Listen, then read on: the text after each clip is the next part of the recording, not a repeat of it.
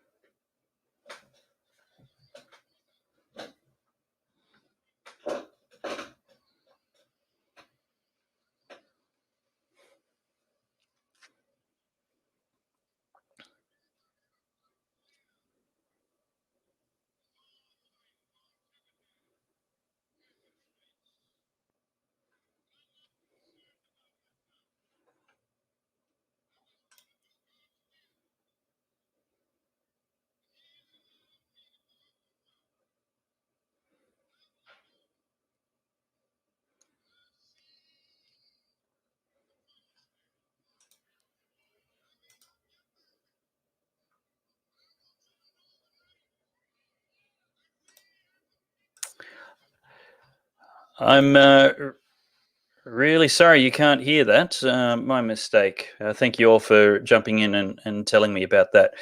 Um, some funny comments there. Apologies for that. But in that video, Martin Luther King is talking about the injunctions that are coming down from courts against their protests and the civil rights marches that they are doing. And it was a very inspiring speech and very relevant. I'll put that in the show notes. And I don't think I've got any other audio for you tonight. However, you can hear me. That's all confirmed, so that's great. Rough start. Welcome to Pellowe Talk. I think this is the 59th episode since we started the Good Source. And tonight, I've just confirmed we will be having Craig Kelly as a guest. And he's going to confirm for me. I'd already booked him for tonight, but I've been getting a text message from a couple of people, and it says, "A win for common sense. Minister Greg Hunt has now approved Australian Professor Thomas Borod's triple therapy combining ivermectin with zinc and doxycycline as a proven treatment against COVID. All people have to do is have their doctor email Professor Borod's Sydney office at the Centre for Digestive Diseases and request it. Please let others know." Now, I want to encourage everybody, whenever you get something like this, do not forward it.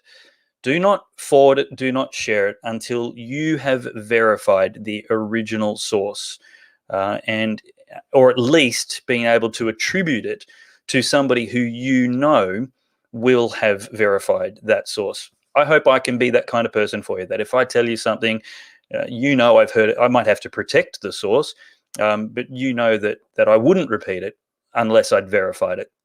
And so likewise, I wanted to share this information with you tonight. So I made a couple of phone calls to try and verify it. And good news is Craig Kelly will be on the show in about half an hour at the 7:30 mark. And we will be able to get him to just chat with us about what therapies are available and whether that text message is something that you can forward on. If we can, I'll put it as a post on the social media page.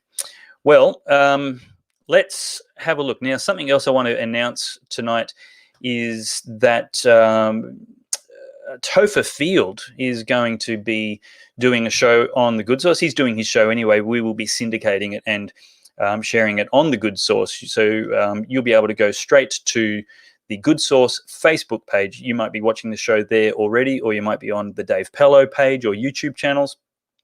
But go to the Good Source Facebook page, which is facebook.com/Good Source News.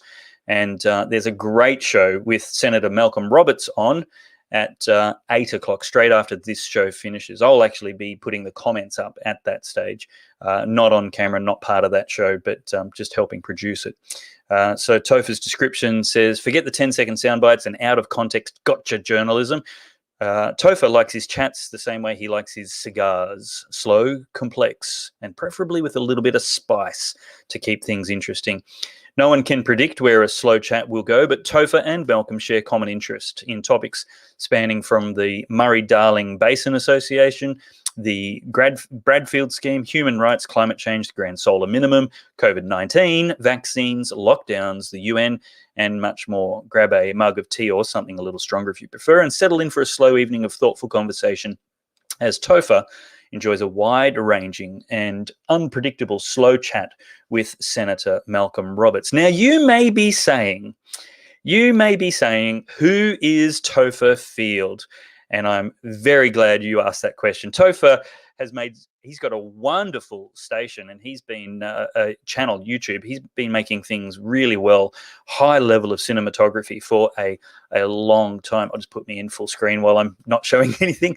And he's got some business to run. He's got his family to look after. So he's not full-time anymore, but he is hoping to do a regular Thursday night show, and we might be able to organize between us to do them back to back so you don't have to choose. However, I'm going to show you something from Topher Field right now, and it is so on point for what I think we should be talking about as right-thinking people. So let's go back to that. And, oh, hang on. I did want to show you something extra. Right, I'm going to have to re-share this. Stop sharing screen and reshare it to make sure we've got some sound in here. Tab with audio, watch, share. All right, please, I'll be watching the comments. Let me know if you can't hear it.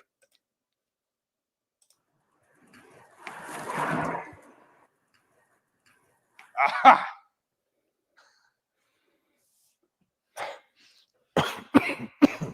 I'm hoping you can all hear this. Have you got sound? At last, a dream come true. I've been waiting a long time for this. Mind you, judging by the invitation, I was expecting something a little fancier. Thank you. Confirmed. You have an invitation? Yes, of course. You can't get in here without an invitation. Mr. Statism. Statism, if you don't mind. Statism. Never heard of you. That is why I am so deadly. And who are you?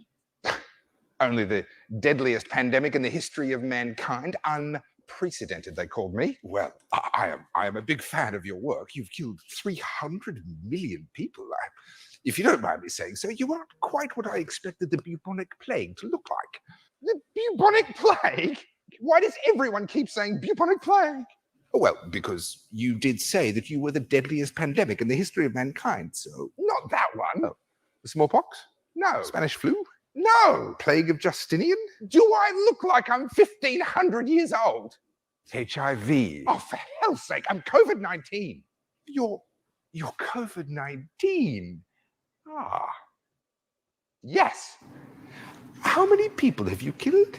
Nearly 4 million. Oh, yes. Yes. You're not even in the top 5. It's not even close. But I'm not finished yet. Neither am I. Fine. How many people have you killed, Mr. Statism? Statism. 100 million and counting. You what? 100 million and counting. Second deadliest infectious disease in history. You're not an infectious disease. Oh, but I am. And actually, I should be thanking you. You're the reason I got this invitation. What even are you? Statism. I'm the cause of genocide, when governments kill their own people. Like the Holocaust and stuff. Certainly, all the genocides, plus the man-made famines, all the political purges and all that stuff. You're a Nazi, and a communist, and a progressive, and a conservative, the whole lot. Anyone that wants to give the government more power is on my side. From Mao's Great Leap Forward to the war on drugs, to the Spanish Inquisition. I bet you didn't expect that. How is any of that an infectious disease? That's where you come in. I've been arguing for centuries that an idea like statism is the most infectious disease of all. Sadly, despite my outstanding body count, my arguments were falling on deaf ears. Until you came along. I'm a proper infectious disease. I spread around the world, and I'm killing people on every continent. Yes, but since you showed up, I've been spreading even faster. Thanks to you, governments have been given more power than ever before, and I am rather proud of this, even in free countries where they thought they were immune to me. Governments in free countries aren't going to start killing their own people. That's the spirit. You've got nothing to worry about. That sort of thing can't happen here. We're a free country. Jolly good. I'm a real virus. I am mutating into new variants all the time, and they are never going to be able to get rid of me. You and me both. But you're nearly finished. And I have a feeling that my best years are yet to come. Ah, Mr. Statism, welcome. We've been expecting you. Hi, I'm COVID-19. I think my invitation must have got stuck in the Suez Canal. I'm here to... Yes, so Topher will be coming on at 8 o'clock on the Good Source. So make sure you jump onto that. Okay, entire screen 2. Brilliant. Okay, we'll try and share the audio from that. Okay, well, I did a impromptu video about this not too long ago, that nearly 1 in 10 Victorians seriously considered suicide during 2020 COVID lockdown. Of course, some of these numbers are very delayed and not up to date. There's no reason to think that that has changed at all. 9 out of the last 18 months, Victoria has been locked down. Researchers surveyed 1,157 Victorians during September 2020 and found 33.4% reported symptoms of anxiety or depression and 26.3% reported burnout symptoms. The study, published in the peer-reviewed Journal of Psychiatric Research, found 9.5% of respondents reported seriously considering suicide in the past 30 days. That's, wow. I mean, how messed up does a population need to be when 9.5%, nearly 1 in 10 people, just in the last month, seriously considering suicide? That is just, it's tragic. And mental health has always been a problem, but yeah. So then we have over on RT, Australian health official flees press conference after question over spike in teen suicides as Victoria locks down again. This was just 2 days ago. Victoria's chief health officer abruptly left the stage during a COVID-19 press conference when a reporter asked about a surge in suicides among teenage girls, only for a torrent of recriminations to engulf him on social media. After calling for a mental health commander to join the Victoria Premier Daniel Andrews, himself and other high-ranking health officials for the state's COVID-19 press conferences, Brett Sutton made a hasty exit from the podium when asked how the state planned to address a sharp increase in suicides among young people. Every suicide is a terrible tragedy, but let's not be speaking as if we can attribute with absolute certainty what motivated each of those tragic acts, Andrews said, opining that the rise in deaths may have been caused by many factors other than the COVID-19 lockdowns that have deprived Australians of the chance to work, travel, visit friends and family, and otherwise experience the joy in life.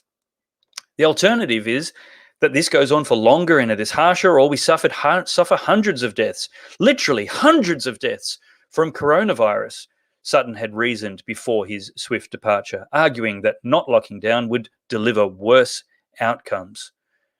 Well, I think that is incredibly stupid. We have literally hundreds of deaths from the flu each year, and we haven't had them for the last 2 years because the PCR tests have been showing every flu is coronavirus. Potentially, they've been so overclocked, they're not fit for purpose. But this is normal. This is entirely normal that people die from the flu, whether it's the Wuhan flu or the seasonal flu, influenza A or some other thing. It's those people that are extremely high at risk, which are normally killed by it. And literally hundreds of deaths is a normal response. In fact, something like 4,000 people die from the flu and flu-related pneumonia every year. This is normal in a population of 25 million people. What's not normal is putting people in a cage and calling it safety. I'll continue reading. Australia has had one of the toughest COVID-19 prevention regimes in the world, having earlier this month locked down the city of Melbourne for the 6th time.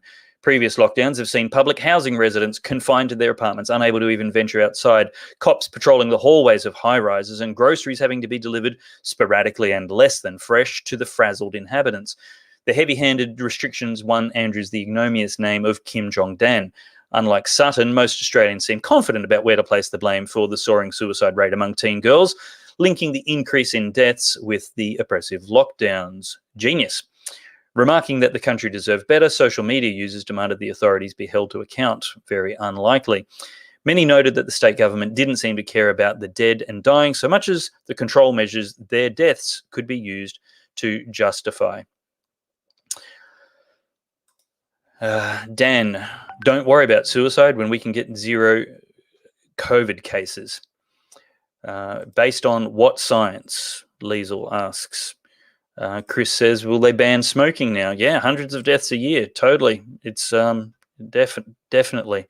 How gullible are Aussies? Crescio says. Well, the RT website continues. However, some were ready to defend Andrews' administration, arguing that the rise in suicides was instead the media's fault for encouraging dissent. Well, I half agree. The absolute depths of despair and hopelessness and fear driving people to suicide are definitely the media's fault. They're absolutely complicit in the government policy, which is locking us down. And their proliferation of fear porn is nothing. I mean, what? The media's fault for encouraging dissent? That is the media's job, you morons. Of course the media should be encouraging dissent. The media should be the ones dissenting. They're called the Fourth Estate because they're meant to hold the government to account. They're meant to scrutinize and criticize objectively and fairly. But I haven't seen any encouraging dissent from the media. All I've seen is homogenized kowtowing as if they're state-controlled Chinese media. Encouraging dissent. Give me a break. Maybe one Sky program did that. In 2020, just one girl died by suicide in the first 7 months of the year, while in 2021, 8 have taken their own lives since January. That's girls.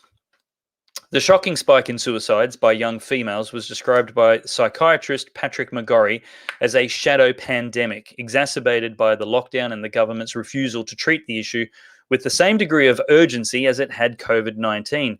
A survey carried out last September during a lockdown found that 10% of Australians had seriously, which we just had a look at seriously considered suicide. While statistics released this week showed no overall increase in suicides in Victoria during the first 8 months of 2021 compared with 2020, an already inflated year, the state acknowledged there had been a rise in suicides by teenage girls during that period, and just teenage girls. That's a very small demographic. From January to August last year, look, we're going to move on. This is fairly obvious, only a few minutes until we have Craig Kelly join us. Coronavirus, this is, I think it was today's news. I think I shared that. Where's the date? Yeah, Thursday, August 19. Sorry, no, this is from the 16th of August.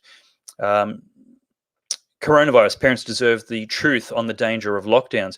The Andrews government is engaged in a deliberate and dangerous cover-up of critical mental health data that Victorians, especially parents of teenagers, deserve to see. We know this because the government is refusing to release regular reports compiled by the Victorian Agency for Health Information detailing an explosion in mental health cases, including eating disorders, suicidal ideation, and self-harm treated by hospitals, psychiatrists, and GPs. So concerned is the government about keeping this data from Victorians that the VAHI's report covering February and March this year included this warning to doctors. Quote, This report is provided to you as an authorized recipient. By accessing this report, you agree to keep the information confidential. If you've received this report in error, please destroy it. The Australian obtained 2 of those reports, including the 47-page Destroy It report, which confirm what many mental health experts, GPs, and parents fear about the pandemic lockdown-linked crisis. The report reveals soaring numbers of teenagers are self-harming, battling suicidal thoughts, and suffering eating disorders. Why would the government be covering this up? Why would they be covering up? Look, I want to get to talking about this just a little bit. The governments, plural, federal and state and territorial, the governments are behaving in a duplicitous, deceitful, and untrustworthy manner. I wish they weren't. We should have learned this lesson as a culture, Western culture, in the 1950s. In 1955, the American government had kind of what we've got going on now, fear porn, proliferating the nation about the disease polio. We are so often told by vaccine apologists who think a one-dimensional view of history proves that vaccines are wonderful. And they're absolutely right. There's been no polio in America since 1979. 1979 was the last time there was a case of polio domestically acquired in America. There's been no polio epidemics ever since then. But in 1950s and 40s and all through that century, the 20th century, from early 1900s up until the 1950s, polio was a horrible disease, killing thousands of people. And in 1950s, there was no greater public fear than of polio, save for a nuclear attack, a nuclear bomb. So polio was a greatly feared disease. And in 1955, with great trumpets and fanfare, the American government, the Surgeon General, their chief health officer, announced, ta-da, we've got a vaccine. It's a miracle. It's wonderful. Everybody rush out and get your children vaccinated. And the government began a mass vaccination program of first and second graders in 5 states to start with. And very quickly, 6 children who had been vaccinated got polio. Does that mean vaccines are bad? No. In fact, the Surgeon General said, no relation here, nothing to see here at all, move along, everything's fine, keep getting vaccinated. Over the next 4 weeks, they inoculated 200,000 first and second grade Americans. At the end of that month, at the end of the month of their vaccine rollout, they had to can the whole thing, pull it off the shelf, stop the rollout, destroy all the vaccines, because they had, out of 200,000, they had actually infected 40,000 people with polio. 10 children died, and something like 200 children were permanently paralyzed to one degree or another. Trust the science. Trust the chief health officer. It took them 5 years more to come up with a safe vaccine. And the vaccine did work. I'm not anti-vax. It's ridiculous I need to explain that like I'm not racist, I'm not homophobe, and I'm not Islamophobe. What a stupid label to attribute to somebody. And it's tragic that you need to explain that. Clearly, the polio vaccine worked because polio was gone by 1979, just 19 years after the vaccine was introduced successfully, eventually, in 1960. The lesson we learn from this is twofold. One, governments need to behave in a trustworthy manner. The Surgeon General just covered stuff up and was untrustworthy. Just trust us, he says. The second thing is vaccine hesitance is good for your health. You actually should take time to make sure a vaccine is safe. If you think the risks are low, go ahead. I encourage you to have freedom of choice. But you absolutely should not be mandating a vaccine which doesn't have final approvals. One of the things we learned in 1955 was the government has to behave in a trustworthy manner and have more involvement in the vaccine production process. we I'm sorry I can't keep up with all the comments right now. My awesome volunteer who normally helps isn't here tonight. Here's a good one. Trust us, we are the single source of truth. The Prime Minister of New Zealand. You know, this number is interesting too. You need to tell us now how many people have died after receiving the COVID jab. It's hundreds more than 10.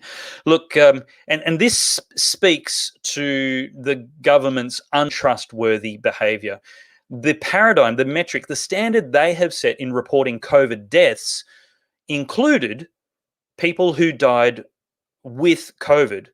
If there was a COVID infection proximal to their death, that included people who died in a motorbike crash.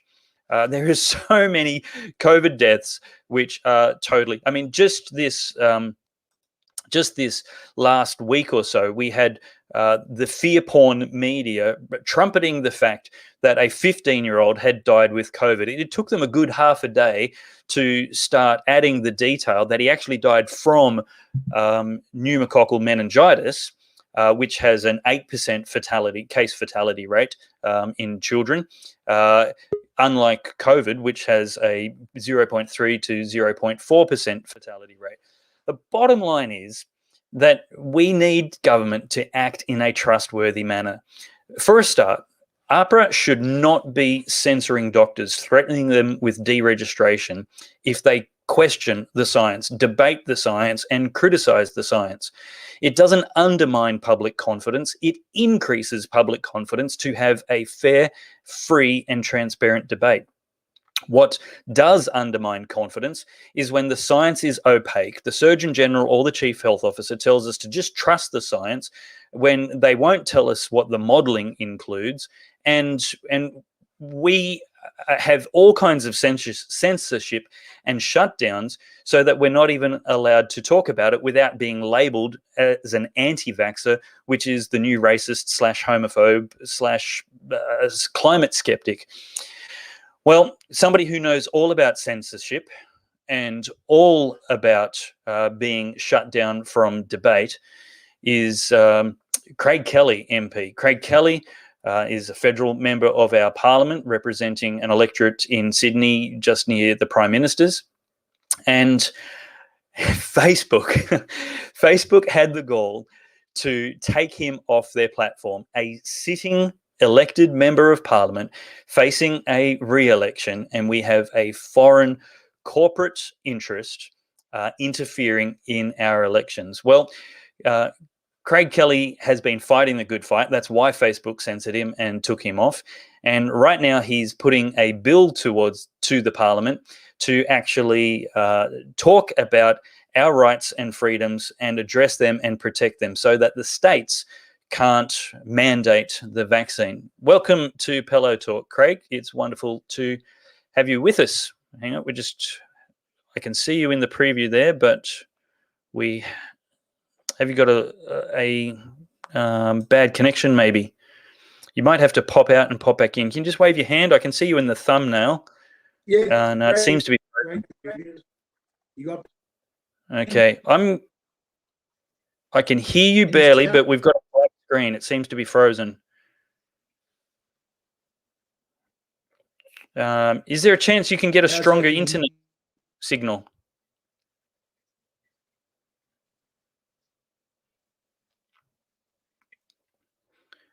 No, we're not getting much there. I'll get you to jump back in and maybe increase your signal a bit. Okay. So Craig will be back in a second, and he'll be able to tell us about that SMS, about the about how we can help that private members bill that he's putting up. So Craig is sponsoring it, and George Christensen has seconded it, and we're going to need a whole bunch of federal politicians to get behind it, because we need this federal legislation to drag all of the states into conformity. The last thing we need with a vaccine that has not yet got its final approvals, for which there is no long-term safety data, and it's not even like any other vaccine in history. It's entirely novel in that the mechanism that it uses to establish immunity has never been used before, gene therapy. How you going, Craig? Getting there? How's that down? I can hear you better, but it's frame rate's pretty low. Better? I think we can hear you okay. Brilliant.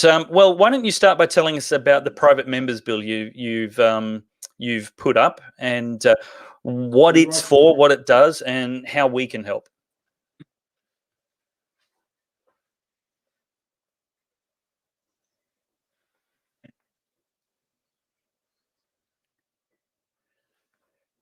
Are you there? Can you hear me okay? Okay. Because your private members bill is any member of Parliament can introduce it as what a proposed law would be. Now, I introduced the bill a couple of weeks ago. Parliamentary. Can you find it? No good? Still no good? No, it's very patchy still. No, David? No, it's very patchy still. Sounds like you're with us. How about I try on the okay, let me try on. How about I try on? Yeah, if you just try on your phone, we might be able to just do it handheld. Let me just try on the mobile phone. See if that okay. give me a better. I'm on an iPad at the moment. I'll kick your iPad out and you can rejoin us. Okay, apologies for the technical delays. Thank you for bearing with us. Please share. This is very, very important. Okay, he's coming back in now. One of the things I can share with you while Craig just reconnects is this wonderful letter that I got from Craig's Telegram page. I encourage you all to find Craig Kelly's channel on Telegram because what Facebook will not want you to see, we can get around them. Sack Facebook and follow good information sources on Telegram directly, both the Good Source and I am there. So this is from the unions, and I'll just read the highlighted part so we can get back to Craig. Released yesterday, the unions of Queensland have said Queensland construction unions oppose any blanket no jab, no job laws, which would penalise workers and remove a person's right to make informed personal choices. Workers should not be punished for acting according to their own personal circumstances and conscience. Any employer found to be illegally coercing workers, however, will be dealt with by BTG unions to the full extent of the law. Well, hip, hip, hooray, and thank you to unions. I don't know that I and the CFMEU would have much in common very often, but on this, we are one. Welcome back, Craig Kelly. How's that? Is that reception any better? Nice and loud and nice and smooth. It's fantastic. Great job. Worth persisting. Mm-hmm. Tell us about the private members bill. What does it achieve, and what's it hope to achieve, and how can we help? Okay, what I wanted to put into before the Parliament was legislation copied on what Governor DeSantis had legislated in Florida that would simply make it unlawful for there to be any form of domestic passport or any form of discrimination in this country. It's a very simple principle. I do not believe that when you go out in public within the boundaries of Australia, that there should be some government official or someone there saying, show me your papers, show me your health papers. And you have to prove that you've had some medication or you haven't had some medication. No Australian worker should be threatened to lose their job if they have or haven't had any medication, let alone a vaccination of a material that we know is experimental. Mm-hmm. We have no, people. I listen to people all day long on the television rabbit on about this, but the facts are that we have zero long-term safety data about these vaccines. And that's not an anti-vax position. I've had many vaccines, and if tomorrow, if I went and trod on a rusty nail, I would rush out and get a tetanus vaccination. But because we know those tetanus vaccinations have safety data going back over 30 years. But the reality of life is these vaccinations do not have any long-term safety data, and therefore, clearly, it should be an individual choice if someone wants to take it or doesn't want to take it. And Yep. we shouldn't be forcing people to take it to keep their jobs. And you shouldn't have to show your health papers to enter a nightclub or a football stadium or a cafe or a concert hall or the opera house or to get on a plane to fly interstate. Yep. To me, that's not the type of Australia that I want. So Yep. that's what I've got in the post. So it simply makes two things. It makes discrimination based upon your vaccination status illegal, and it also it prohibits the Commonwealth from creating any type of vaccine passport or vaccine documentation as well. So if this law was passed through Parliament, all these things we hear about, I see you mentioned the CFMEU in Queensland, and I tell you what, I don't think I've ever agreed with the CFMEU in my life, but on this one, I stand with the CFMEU together, hand in hand. They're absolutely right. Yep. So if this law was passed through Parliament, all this talk about vaccine passport would be end. And again, it's not something that I've uniquely crafted or created or some unique thing. It's based upon the law in the state of Florida.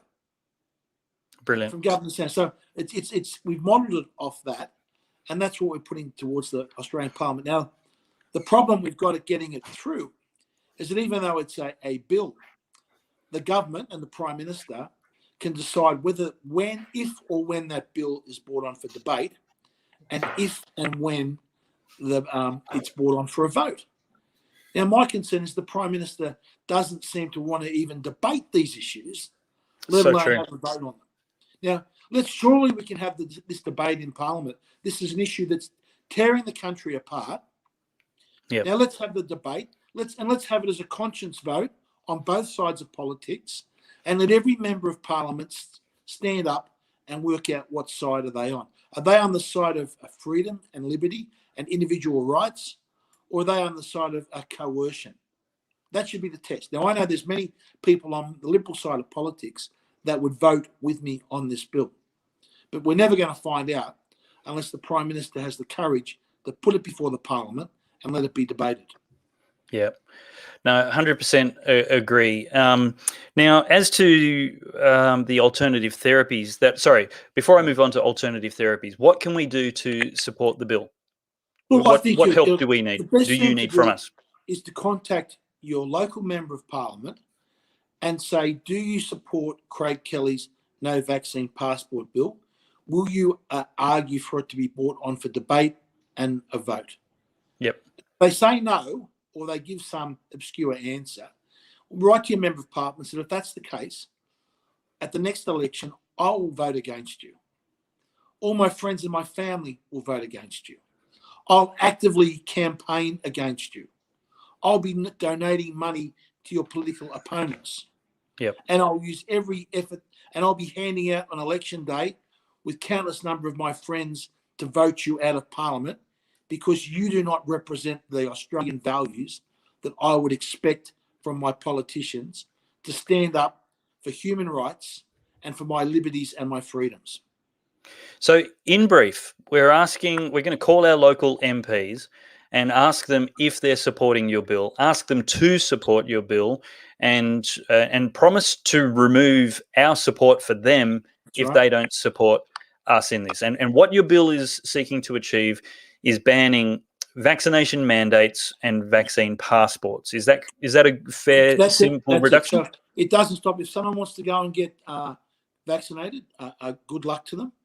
But if someone decides not to, for whatever reason, and there are many reasons, and there are many doctors, there are many, I hear this on the medical advice. Well, a lot of these politicians need to go and get a second opinion, because there's many of the doctors and medical specialists that I speak to have a completely different opinion to what these chief medical officers at the government are rolling out every single day.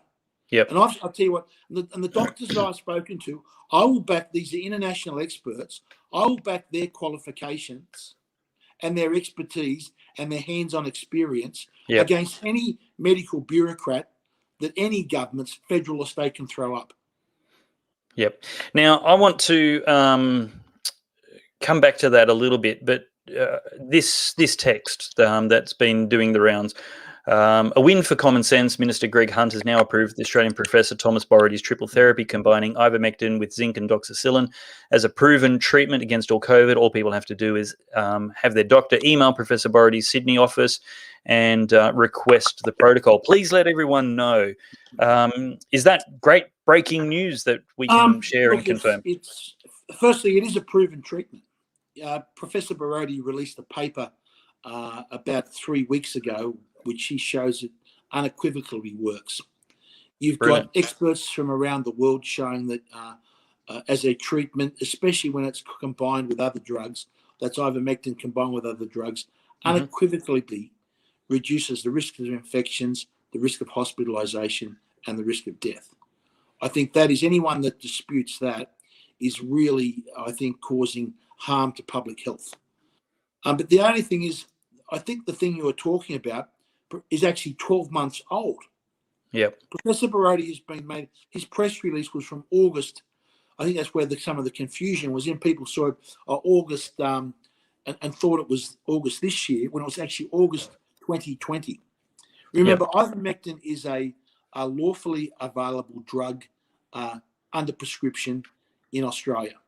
So doctors are able to prescribe ivermectin both for certain conditions, and they're also able to prescribe it off-label. So none of that has changed throughout the pandemic. Doctors are always able, if a doctor does his homework, does his research, speaks to other people like Professor Borety, speaks to other doctors in America and around the world that are using this, looks at the safety parameters, and the doctor is free in Australia to say, hey, look, I think this is worth a try. Yep. Now, I've actually spoken to... Yeah, I've spoken to my doctor, Craig, and he has written me a prescription for those preventative and reactive treatments. It's called a private prescription. And I asked him, would any doctor prescribe this? And he said, if you went to a doctor and asked them specifically for this with a private prescription, you won't get it on the PBS, you won't get it through Medicare. Correct. You'll have to pay full price, but it's off patent, so it's super cheap. Yes. He said he can't imagine any reason why a doctor wouldn't. So, guys, I encourage you, if you have comorbidities, have a chat to your GP and ask for some of these. We'll put some...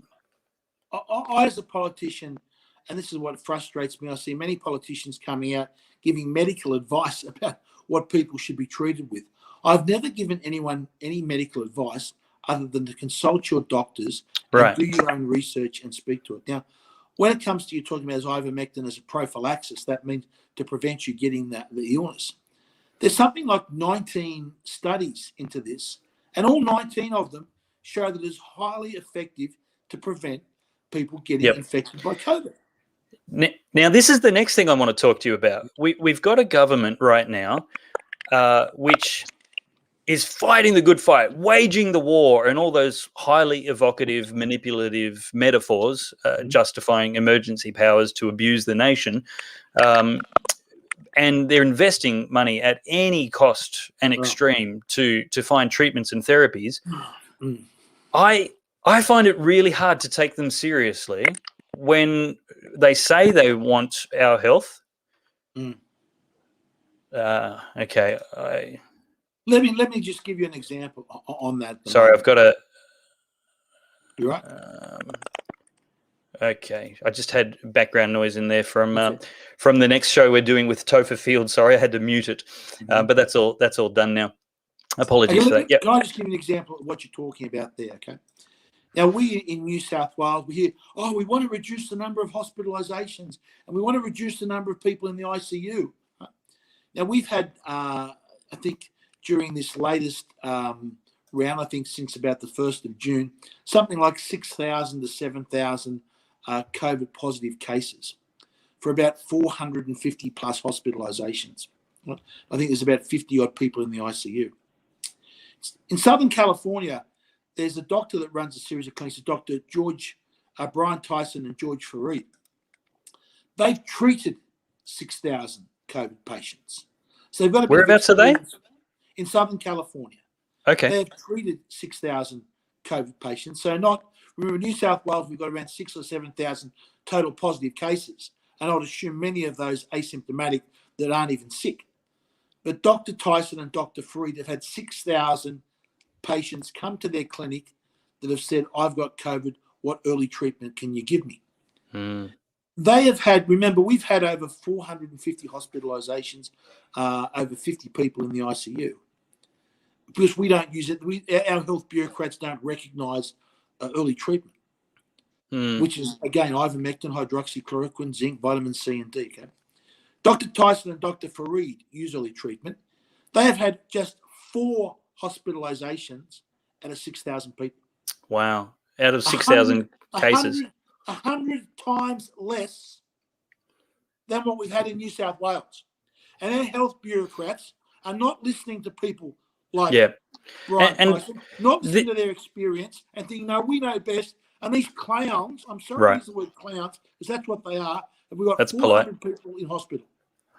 Look, it's the thing for me that smacks of dishonesty and untrustworthiness. When people ask me to trust the government, and then they go and they just turn a blind eye, won't even consider these alternative therapies. And they're not alternative therapies, they're just not patented therapies. They're off patent and they're cheap. They're still pharmaceuticals. And what we know about them is we have long-term safety data for off-label use. This is what we know about them. At the very least, I think the government should be saying, please have a conversation with your doctor. If you can be taking these preventatively, we should try everything we can, because we mean it when we say we want to eliminate COVID. And I just don't believe them when they refuse to look at all options, including those that are off-patent, affordable, with long-term safety data.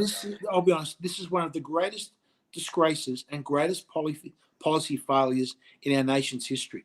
That's correct. If we had been using, if we look at the data and we look at the success many other places around the world have had, look at places like Uttar Pradesh, how they've crushed their COVID curve. We all saw, India, how terrible COVID was over there, how it was out of control. Uttar Pradesh, I think earlier this week, had just 17 new cases and 1 death. That's a place that's a state with a population of 230 million people, and they rolled ivermectin out. They've got something like 6.7% of the population fully vaccinated. So they have crushed their COVID curve. They have defeated COVID, the Delta variant, not with the vaccines, but with these early treatments, which our bureaucrats won't even discuss. It is an outrage. It is a disgrace.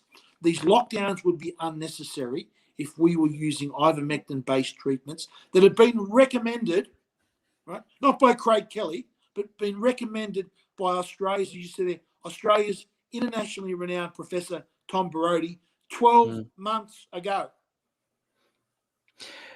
That's absolutely right. And in the meantime, what they are using as policy is a sledgehammer which is smashing mental health, exacerbating people with pre-existing problems and creating a whole heap more problems where they didn't exist before. Blood stocks were critically. I spoke to Campbell Newman a couple of weeks ago, and he'd just been made aware of an email from a hospital director telling their doctors not to use blood because nobody was going to the blood bank. Look, here's what the real problem I have, and I question the competency of these people. Whatever policy situation you are doing or recommending, you always have to look at the unintended consequences, the collateral damage, the cost-benefit analysis, whatever you want to call it, of any policy. Right? Now, at the moment, we have these press conferences daily, which I feel like throwing stuff at the television when I watch them. We have them, they come on and they mumble, we have X number of COVID cases today, we have X number of people in hospital, and that's all they talk about.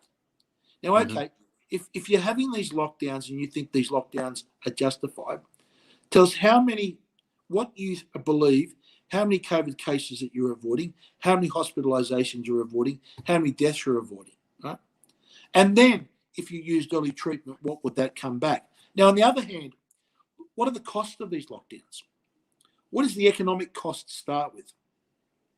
How many in the years, how much, we're now over $1 trillion in debt in this nation. That's a million millions in debt. That's all going to be repaid and with interest. So that means in the years and decades to come, we'll have less money for hospitals and less money for schools because they'll have to go to repaying the money that we are spending now. What's the cost of that? What's the cost of the damage to children's education? Missing out on so much education. What is the damage to mental health? What is the cost of the suicides? What is the cost of the bankruptcies? What is the cost of people having postponed getting other illnesses diagnosed and treated? What are all these costs in society? Where obviously it looks like the economy is going to be pushed into recession because of these government policies. We know when you have a recession that you get increased mental health, people lose their jobs, you have increased suicide rates. What are all the costs of these lockdown policies? And then show me where you believe that the benefits outweigh the costs. And they have a listen because they're not doing it. Have a listen to this that I wrote a year ago with the red bits hyperlinked with references and resources. Prior to the latest round of home detention, remember this is August last year, those models estimated suicides could rise by 750 to 1,500 deaths per year, with rural and regional areas suffering the most.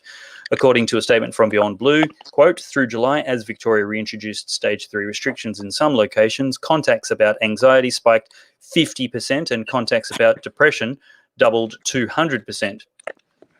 Data, not expert guesses, collected in England shows attendance at hospital emergency departments has halved since the pandemic was announced, causing their health systems leaders to urge people to get treatment. They are deeply concerned that people who are suffering serious problems such as strokes and heart attacks today are failing to seek treatment. The lockdown is adversely affecting children's health too. According to a leaked NHS email, doctors are even reporting children coming in late with ruptured appendixes and blood poisoning.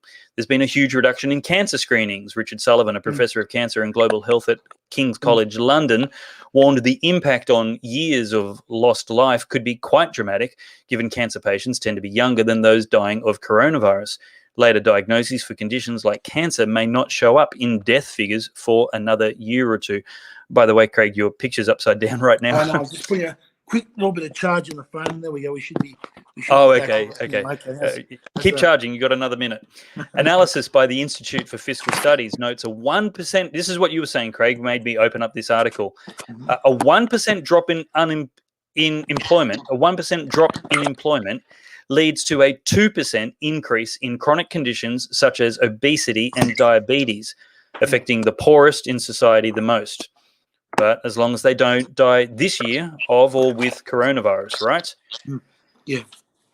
This is the appalling. You still got me on the screen? Yep, we can see you. Good. Okay. This is the appalling situation we've got. There is no analysis of this data, and there is no comparison to make sure that the cost of these lockdowns outweigh the benefits. And I think if you add in what you can achieve through early treatment, which has been shown by the medical evidence, by the peer-reviewed science, by practical examples of Dr. Tyson and Dr. Farid, by real-life examples of places like Andhra Pradesh and Mexico and places in Peru and South America that have used these treatments. If you look at all those things, there is no way I could see you could even go close that the benefits of these lockdowns would outweigh the risks. But we're not even having the debate. Absolutely right. We can't even have the debate. Every time I go on somewhere that I pick up a newspaper, Craig Kelly's spreading COVID misinformation. I say, I will debate anybody, anytime, any place. Bring all your experts. I'll bring my experts as well. And let's have a debate and let the Australian public decide. But as you said, we've got this APRA group. I've spoken to many doctors that think we are doing exactly the wrong thing, but here they're silenced. Yep. If they speak out and say, I think the government's doing the wrong thing, they lose their license and their livelihood. Yeah, 100%. How is that a democratic society? Craig Kelly, you can find him on Telegram, Craig Kelly. Is that the best place you like to be putting out information, Craig? So I had a great Facebook page. I had a 100,000 people following the Facebook page. It was the most followed political page in the country. It was getting over 1 million. I was getting over 1 million interactions a month. So that's not like, that's just views. 1 million likes, shares, or comments a month. And Facebook didn't like what I was saying. So we've got the situation where a foreign tech billionaire that's able to censor an Australian politician.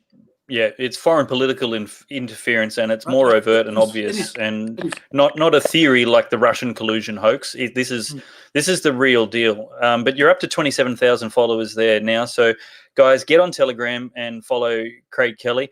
Craig, thank you so much for your private members bill. We will be calling our local politicians and pressuring them to support it or find a new job at the next election. Thank you so much for your time tonight. Thanks, David. We've got to fight. Fighting is important. Indeed, for the sake of others, not ourselves, for this nation. Thank you very much, sir, and have a good night. We'll see you soon. Thanks, David. All the best. Bye-bye. Well, that was Craig Kelly. What a hero. I just love somebody who's prepared to, I mean, he has sacrificed his career for the sake of his convictions. That's what I want a parliament full of, people who will fight for what they believe in, tell us what they believe in, and not play games, not play silly games. Look, I want to trust the government. I want to believe the government. I'm not an anarchist. I believe we need some small government, but they are just behaving in such an corrupt, untrustworthy way. Look, we have to go. You can follow me on Telegram, Instagram, Facebook, Twitter, and YouTube. Still, all of those places at Dave Pellowe. You will find true source of information here where we try to be honest, dispel myths and fake news that come from our side or theirs. If you can be part of supporting that, I'd be super grateful. Just head to goodsource.news/support.